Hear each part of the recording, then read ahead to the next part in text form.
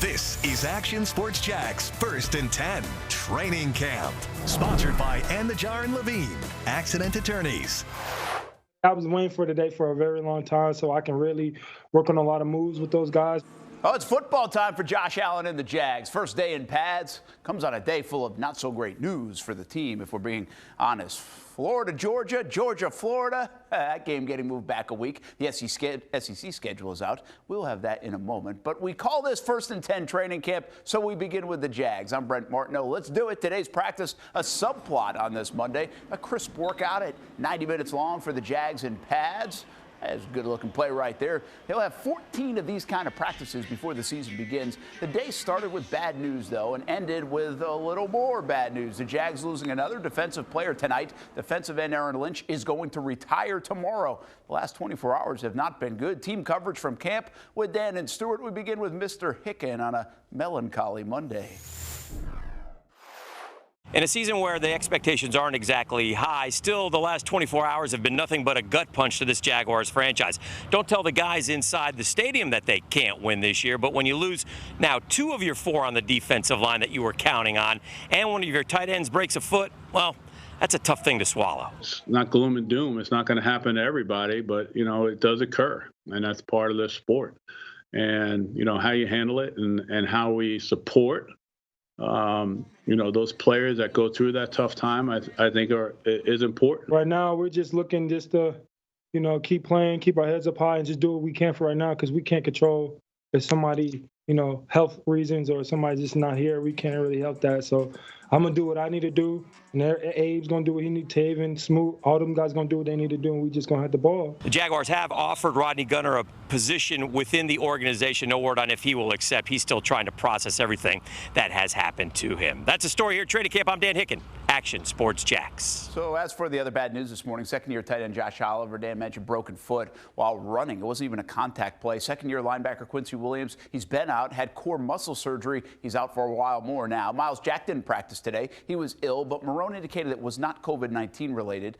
Here's some good news. Caleb Chason, the rookie, getting closer to returning. Timmy Jernigan is a Jacksonville Jaguars player, and he called it a dream come true. We told you last night the Jags signed the Lake City Columbia product.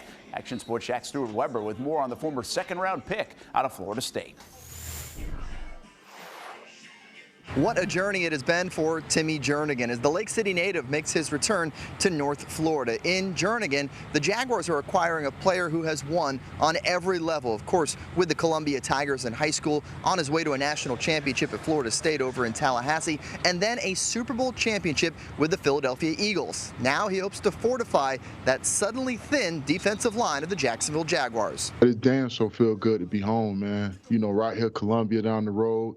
It feel like I'm back in Columbia playing again, man, purple and gold. So I'm definitely excited. I haven't been this happy to play football in a long time. We're looking forward to see what he can do along with the rest of the guys up front.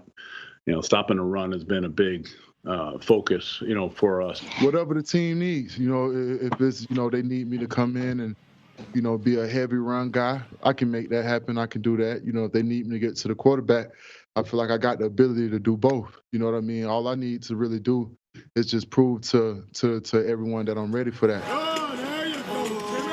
He looks the part, so today was his first day out here, and unfortunately for him, it was his first day in pads. We all have to get back in that football and pad shape. It goes to show even a guy who's from here in North Florida certainly has to acclimate to the weather. You could tell the heat was getting to Timmy Jernigan at times during this first practice. Of course, he's got a few weeks to get in gear as the Jaguars are a month away from the start of the NFL season. At the Jaguars practice complex, Stuart Weber, Action Sports Jax. So Timmy is a Knoll. He should listen to ESPN 690. We all should. Jacksonville station for Florida State, by the way. We talk all about the Jags as well, daily from 3 p.m. until 6 p.m. New lineup unveiled today. We're still on it. Watch and listen to the show on 10 different platforms. This is pretty cool. No preseason games for the Jags, but we are showing some of the best games in team history on your Jaguars official stations. It starts Friday night, 8 p.m. on CBS 47. We will have a fourth game in there as well. Still working on the date.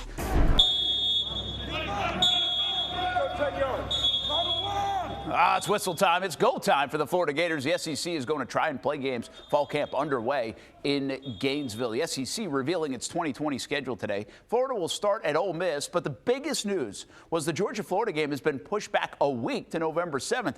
Tough weekend for the Jags grounds crew over there at TIAA Bank.